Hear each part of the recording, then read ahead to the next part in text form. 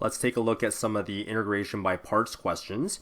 And for these particular problems, we're going to be using the table method to find the antiderivative. Now for the table method, basically in class I would set up two columns, one for the derivative and one from the integral. And what you need to do is you need to find your derivative and your integral expressions in your original problem. Usually the first term is your derivative and your second term in blue, that's going to be your integral. So let's transfer those two terms into the table here. So my derivative will be my first term, which is x squared, and my integral will be e to the power of 3x. Now for the table method, basically what you're doing on your derivative column is you keep on taking the derivative until it terminates. So the derivative of x squared is going to be 2x, and then the derivative of 2x is going to be 2, and then the derivative of 2 is going to be 0. So once we get to 0, the derivative column has terminated, and then after that you can stop on that column. After that, let's move to the integral column here, and we keep on taking the antiderivative of e to the 3x. So the antiderivative of e to the 3x will be 1/3 e to the 3x, and then you take the antiderivative of 1/3 e to the 3x, which will be 1/9 e to the 3x, and then you take the antiderivative of 1/9 e to the 3x, which will be 1/27 e to the 3x. And that's how you can complete your integral table, and you stop once you match up with the 0, which is the last kind of row that terminates on the derivative side. Okay, after that I draw another column on the left hand side, and then I have my signs here. So it always starts off as a plus, then a minus, then a plus, and then a minus. And now we're getting ready to get our final answers here now by looking at the table. You get the answers by looking at your table results. So this is how you would get your results. I would highlight the plus here, and I got my x squared, and it's this first kind of diagonal row here, which I'm highlighting there in yellow. That's going to be your first line. So your answer is going to be x squared times 1/3 e to the 3x. Okay. After that, you take a look at your second row, which is the negative sign, the 2x, and the 1/9 e to the 3x, and then you want to copy that result down. So the minus sign, and then you have your 2x, and then you have your 1/9 e to the 3x, and that takes care of that. And then you keep on moving on, and then you go to your next row, which is the positive 2 times 1/27 e to the 3x.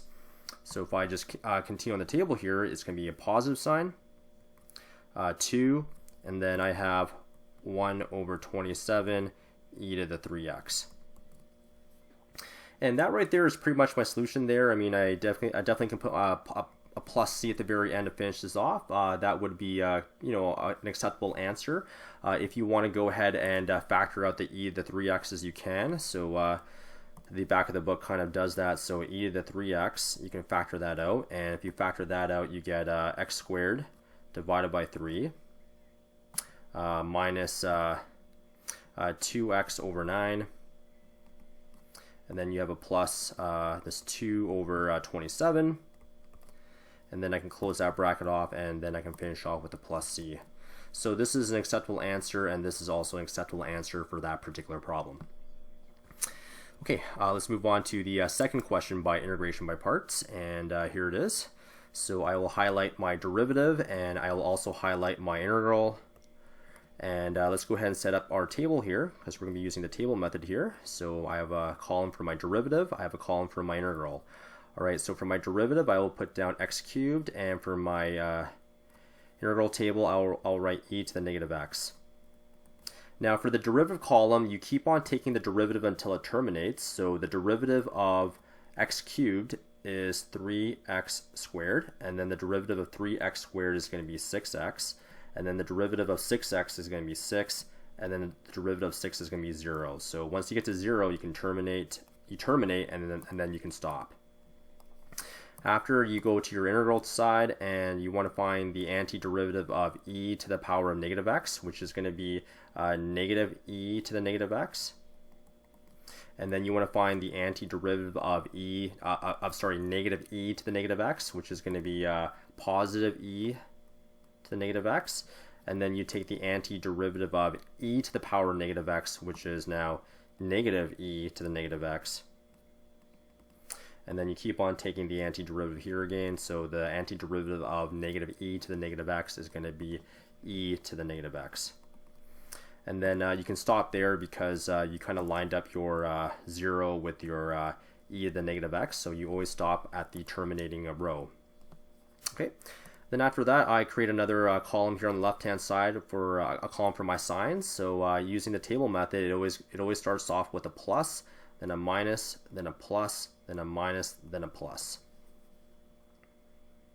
So there's your table, and then from your table, you actually get your results from the table by taking this diagonal path here. So positive x cubed, and then diagonally here, negative e to the negative x. So if I write that solution out there, my answer will be x cubed, bracket negative e to the negative x, close that bracket. And then I go on to my next row, which is negative 3x squared times e to the negative x. So let me close that bracket off. So there's a minus sign there, and then I have a 3x squared. And then I have a bracket e to the negative x. And if I keep on continuing now, I'll use a green marker now. So plus 6x times negative e to the negative x. So that's going to be plus 6x bracket negative e to the negative x. Close the bracket. And finally, the last one here, I have a minus sign, minus 6 times e to the negative x. So here's my minus sign. And then I have a 6 e to the negative x. So the answer right there is totally fine. If you want, you can also factor out the... actually, let's go ahead and just simplify this. If I take a look at this entire expression right here, that's going to be negative x cubed e to the negative x minus 3x squared e to the negative x plus 6x. Oh, sorry, not plus 6x, but there's a minus sign there, so minus 6x e to the negative x, and then another minus 6 e to the negative x. And if you want to factor out the e to the power of negative x, you can. So your final answer is going to be e to the power of negative x, and then the open bracket, negative x cubed, minus 3x squared, minus 6x, minus 6. And then finally, you can have a plus c at the very end to finish off the problem. All right, so it is a little bit of writing. You do have to write quite a bit for some of these problems, and hopefully if you get your table right, then you can get to your final answer by following the diagonal paths on your table, and that's one of the faster ways to complete one of these integration by parts questions by using the table method. Okay, let's move on to the next integration by parts question by using the table method. So here's my derivative, here's my integral. Let's go ahead and set up our table here. Okay, so this is going to be x cubed, and this is going to be e to the negative x over 2. And let's go ahead and start taking the derivatives on my derivative column here. So the derivative of x cubed is going to be 3x squared, and then the derivative of 3x squared is going to be 6x, and then the derivative of 6x is going to be 6, and then the derivative of 6 is going to be 0. So those are the results on my derivative column, and once we get to 0, we can stop. And then over here now, we need to take the antiderivative of e to the negative x over 2. Now, this one's a little bit tricky because your power has a fraction, so you still have to take the reciprocal of that. So the reciprocal of a negative 1 over 2 is going to be negative 2 e to the negative x over 2. And then you take the derivative of this, and basically you take your negative 1 over 2 power and you take the reciprocal of that and times it by that negative 2 coefficient there. So if you do that correctly, you should get 4 e to the negative x over 2. And then continue to take the antiderivative of that. That's going to give you negative 8 e to the negative x over 2. And hopefully you see the pattern now. The next number is going to be 16 e to the negative x over 2. So that's just taking the basic antiderivatives there, and that should take care of your integral column. After that, I create another column here on the left-hand side for my signs. So I have a plus, a minus, a plus, a minus, and a plus. Okay, so I'm going to create some space over here to write out my final answer. I'll write out my final answer over here in green. All right, so let's take a look at the plus sign. So it's plus x cubed times it's positive x cubed, and I multiply that with negative 2e to the negative x squared. So if I multiply that out, that's going to give me x cubed, and then bracket negative 2e to the negative x over 2. And then I take a look at my next row, which is negative 3x squared times 4e to the negative x over 2. So that's going to look like this, a minus sign, 3x squared, and then open bracket 4e to the negative x over 2. And then let's take a look at the green row, so positive 6x, and times that with negative 8e to the negative x squared. So if I look at all the signs, it's going to be a minus sign again. And that's going to be a 6x, and an 8e to the negative x over 2. And finally, we're almost done here. The last row is negative 6 times 16e to the negative x squared. So I need a negative sign there, and then a 6, and then an open bracket 16e to the negative x over 2, and then close the bracket. And that right there should do it. You can have a plus c over there if you like. And just like the previous ones, I guess we can factor out the constant term here. So let's just do that to kind of finish off this problem here. So this is going to be e to the negative x over 2. And that's going to give you negative 2x cubed. That's going to be negative 12x squared. That's going to give you negative 48x. And 6 times 16 is going to be 96, so negative 96. I can close that bracket off, and then a plus c. And that's how you can finish off that, that particular problem there. Okay, let's move on to the next one here, the integral of x squared times cos 3x. So now we have a trig function here. All right, let's move on to the next integration by parts question. So for this particular problem, I will highlight the first term and the second term, and then I can set up my table here. So I have a column for my derivative, and I have a column for my integral. The derivative column will start up with x squared, and my integral column will be cos 3x. All right, so let's take the derivative of x squared. That's going to be 2x, and then the derivative of 2x is going to be 2, and then the derivative of 2 is going to be 0. So the derivative column did terminate a little bit faster than the previous problems, which is nice. And now we find the antiderivative of cos 3x. And if you don't know this, just pull up your formula sheet, and you can probably get the answers by looking at the formula sheet. This is going to be 1/3 sine 3x. And then the antiderivative of 1/3 sine 3x is going to be negative 1/9 cos 3x. And then the antiderivative of negative 1/9 cos 3x is going to be negative 1/27 sine 3x. And then you can stop there because you always stop when your integral column matches up with the 0, which is the terminating row on the derivative column.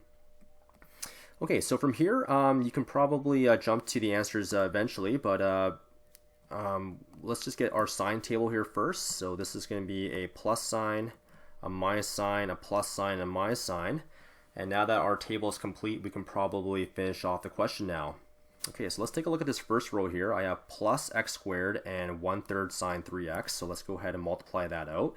So positive x squared times by 1/3 sine 3x. And then let's take a look at the next row, minus 2x times negative 1/9 cos 3x. Now you have two minus signs here, so let's just go ahead and put a positive sign there, and then a 2x, and then times that by 1/9 cos 3x.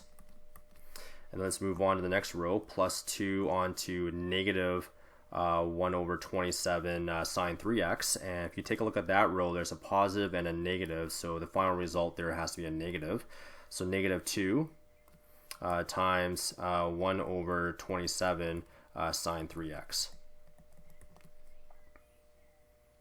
I guess we can have a plus c here. There's not much you can do to simplify this. If you want to just multiply the leading coefficients there, I mean, you can have that as 1/3 x squared times sine 3x. And then 2x times 1 over 9, that's the same thing as plus 2 over 9x, and then cos 3x. And then finally here, negative 2 times 27 is going to be negative 2 over 27. And then you have sine 3x plus c. And that concludes that problem. I'm now going to move on to some of the earlier questions in this section. These ones should be a little bit faster because your derivative column should terminate a lot faster. So let's go ahead and finish off the video by doing 3 more of these integration by parts questions by using the table method. So here's my table. Column for the derivative, one for the integral. I guess we'll have x here and e to the 3x. The derivative of x is going to be 1, and then the derivative of 1 is going to be 0. So there you go, I'm done my derivative column. And then the antiderivative of e to the 3x is going to be 1/3 e to the 3x. And then the antiderivative of 1/3 e to the 3x is going to be 1 over 9 e to the 3x. Okay. And then let's go ahead and create one more column on the left-hand side for the signs. So this is going to be positive, negative, positive. All right, let's go ahead and execute the final touches here. So if I multiply that out, that's going to be x times 1/3 e to the 3x. And then from my next row, I have a negative 1 times 1 over 9 e to the 3x. So there's only one minus sign, so minus, and then 1 times 1/3 e to the 3x.